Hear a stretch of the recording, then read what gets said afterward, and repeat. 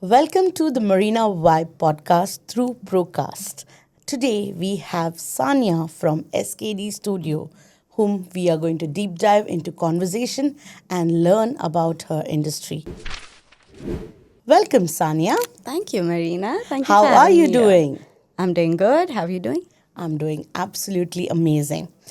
First question I want to get off the podcast. So, do you think there would be chances of us meeting randomly without being BNI in the picture?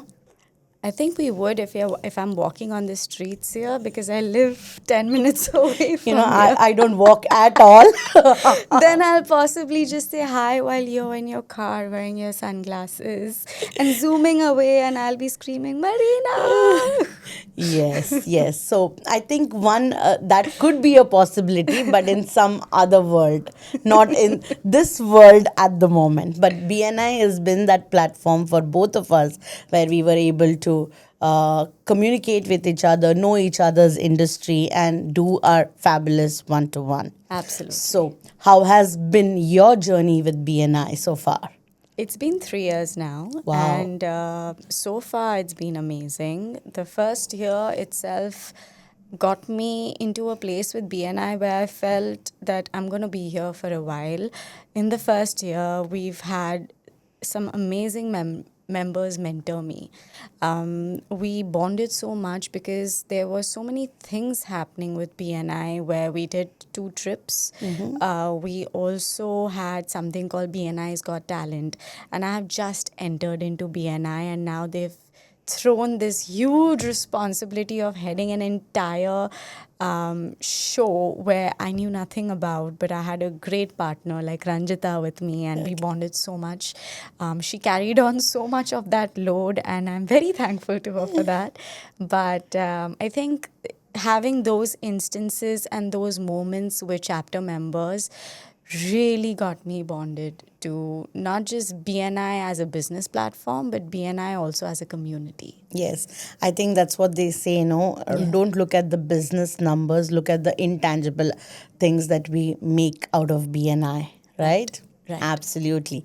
Now, like we say, our 30 seconds, I want you to introduce yourself without titles, names, only through spaces. What would you call yourself? Wow. That's a good question, Marina. Thank you. Okay. I think, well, we design rooms that feel like decisions, spaces that are an extension of the client's personality, especially even in hospitality. Um, we want spaces to have luxury, not in an obvious way. So it's okay to spill that sip of wine. It's okay to spill that sip of coffee.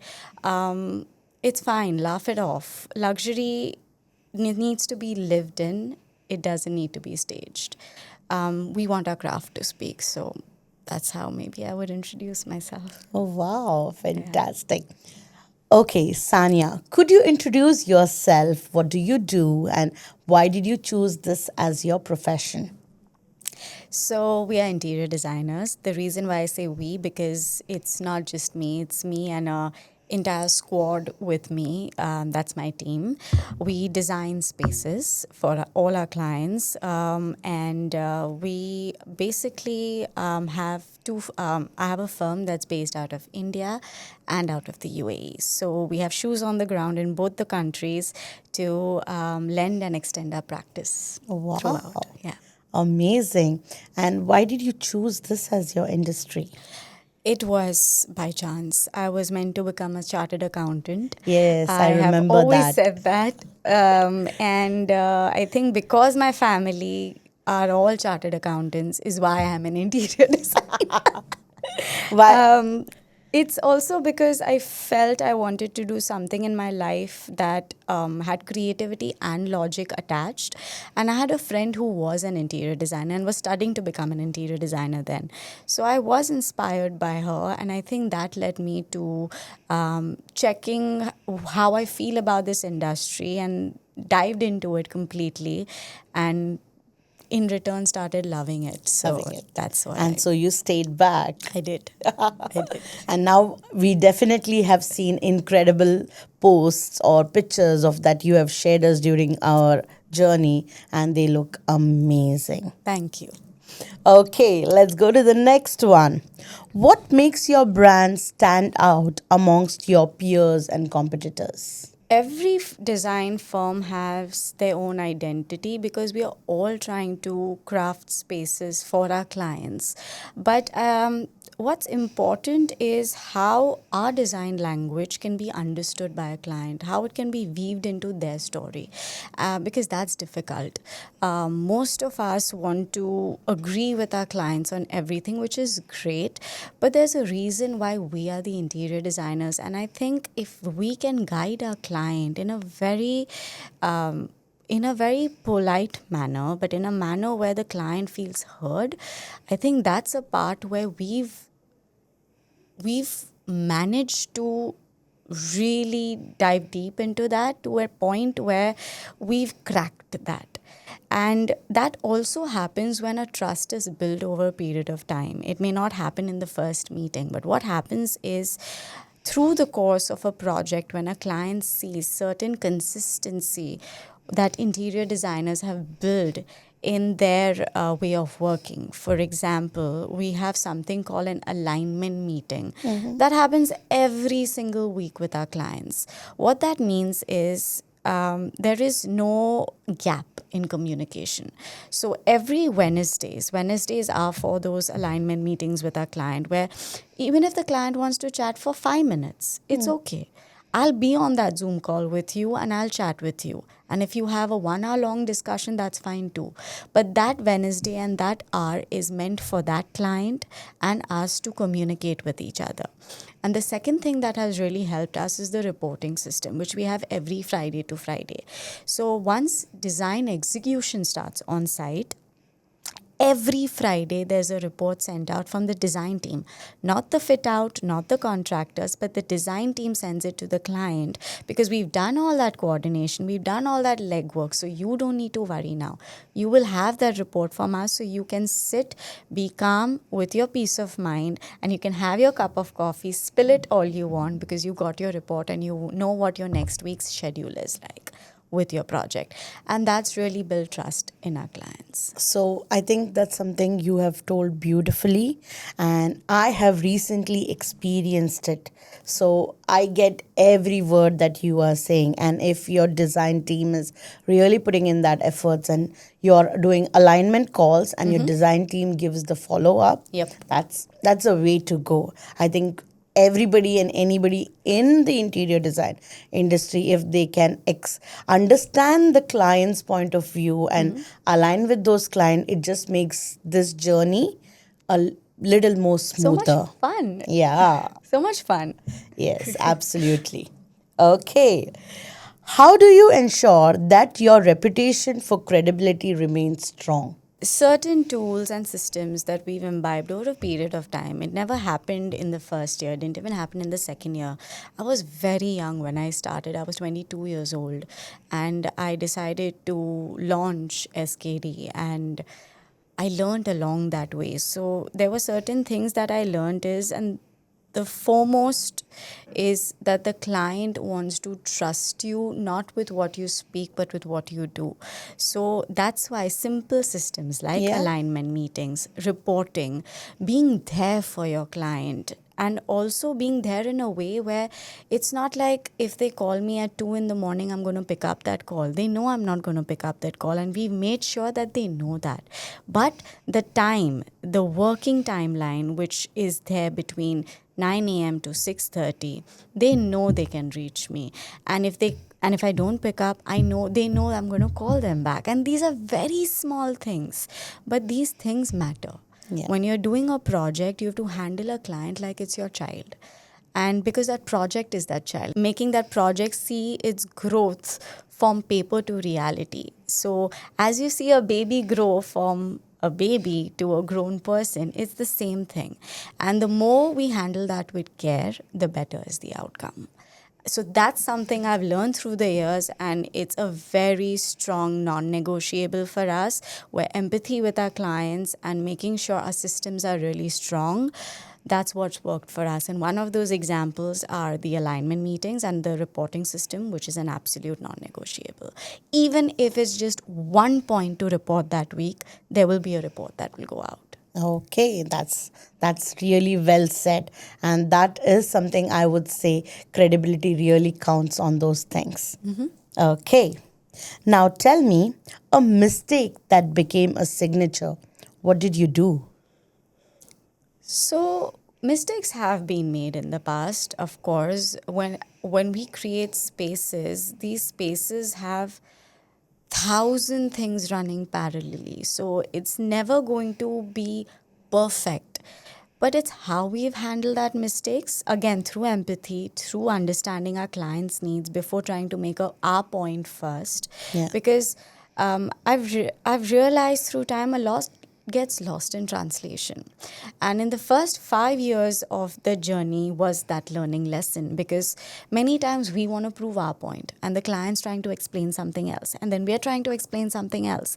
But everything's lost in translation, and it's a complete mess, not because of the mistake, but because sometimes we just need to listen to what the other person is saying. And that struck such a high chord with me that from there onwards it became a non-negotiable. And I can see the growth, because after those 3 to 5 years we've climbed, and we've climbed not because of just great projects, but also through word of mouth, only through our clients, because they were so happy. Because it wasn't even about the final outcome. The final outcome has always been great with us. Creativity has been something which is second nature to me. So that's never been the problem. Yeah. But the way we've now handled situations, the way we take care of our clients, the way we are there for them in need, that's what's made the biggest difference. And that's the biggest mistake of my first 3 years, I would say, that I learned from. Yeah. Because I was young. I was at a point where I felt I've arrived. And first 3 years, oh my God, I'm getting such amazing projects. I've arrived. I'm 22 years old. I'm here to conquer the world. Not realizing that you need to go to your client, ask them for the feedback too, and see how they feel about the whole situation. So when that realization came about, our entire way of working changed. And it today is at a place where I know what the feedback is going to be even without the feedback. But we still ask for that feedback because it's important. Important. Yes, yes, yes. And that's what is going to take us the long way, right? Absolutely. Correct. If SKD were a single sentence, how would you finish?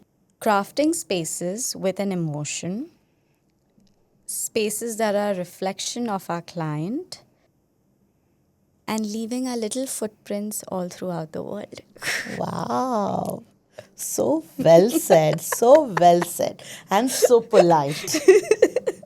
Thank you for that insight. Now, let's go into a little bit deeper questions. Okay. Now, interior decors. And the first thing when you came to my space, I also said this thing to you. Like, it's very difficult to work with interior decor, right? What are the misconceptions about your industry?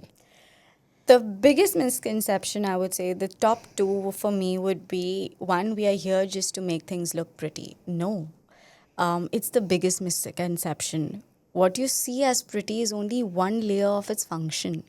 We're here to actually make your space function. How it functions is what interior designers are for. And aesthetic is only the layer that's visible from that function. So that is one of the biggest misconceptions. The second one would be we're very expensive. We are expensive? No. Bad design is expensive.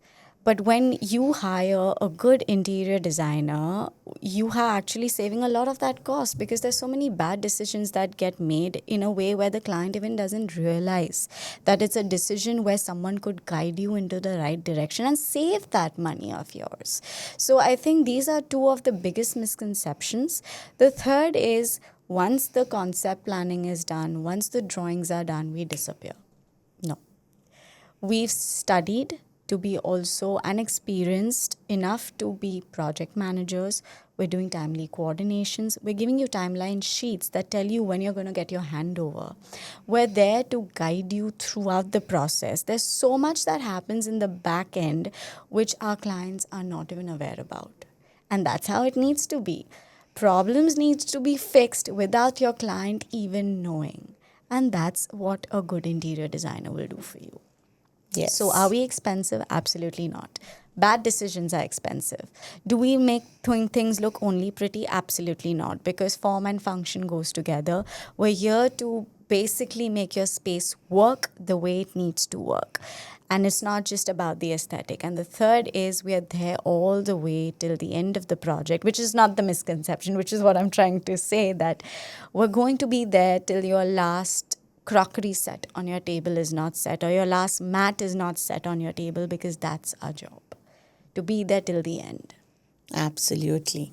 Now, I think you made things very clear in terms of misconceptions. And like you said, it's not only about the outer beauty. That's what caught my attention.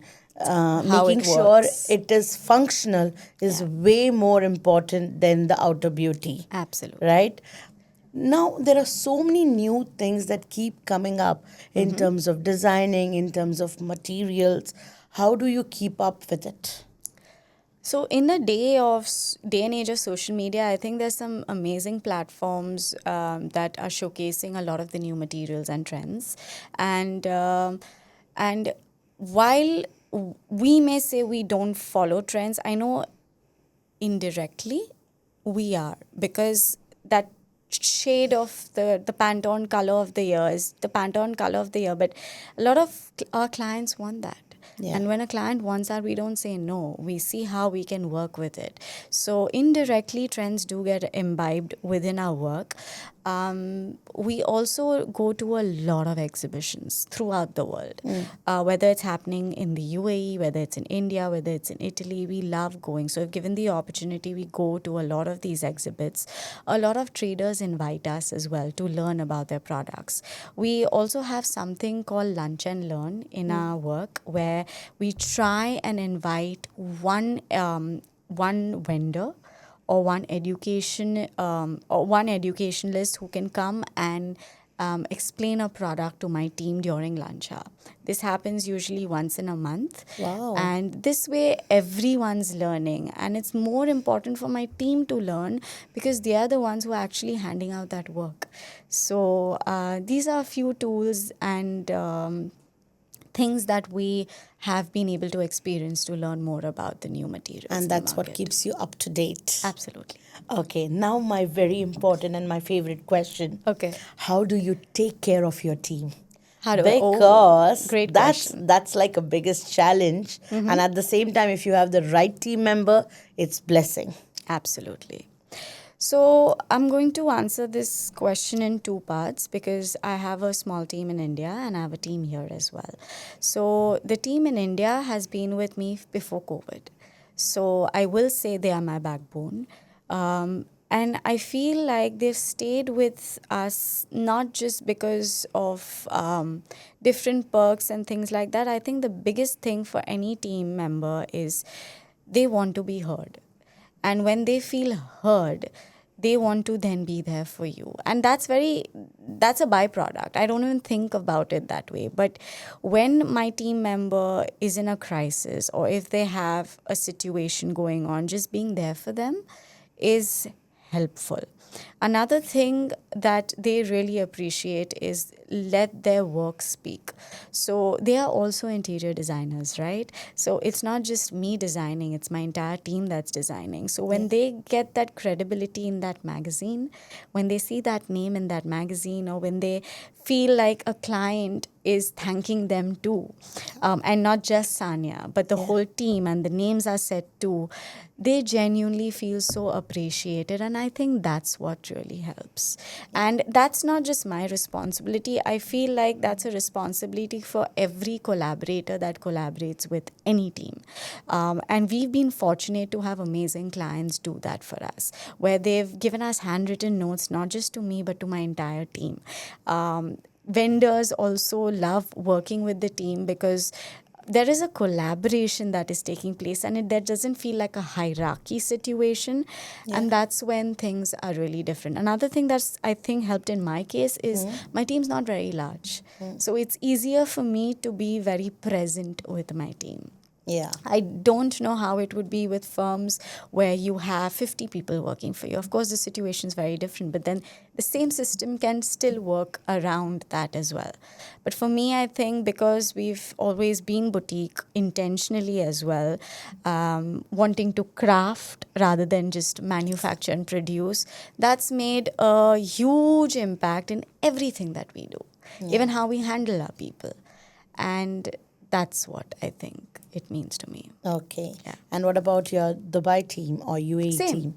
The same follows. thing. They've been, of course, with me after COVID, because I came to Dubai after COVID, but they've been there since. And it's a small team, but they're always there for me. If I am sick and, hey, can you please sub me in BNI? They will be there. So these are small examples to show that a team also is there for you as much as you can be for them. And I think having the right team Yes. builds more credibility Absolutely. in our business. Absolutely. Right? Okay. Thank you. It was such an amazing conversation, and thank you for giving a lot of insight. Certain things that I want to take home from your entire podcast is that your Wednesday meetings with your client, your Saturday follow-ups that you send it to your clients. Yeah. If interior decor company, just not interior, any business owner, if we can implement one of these things, which will add more value. And the last thing that you told about employees, giving that attention to those employees, having a lunch with them, that all I think adds more value. Absolutely. Thank you, got that Saniya. right. You were amazing. Some real insights for me this morning. Thank you so much, Marina. Thank you for having me, and this was so much fun.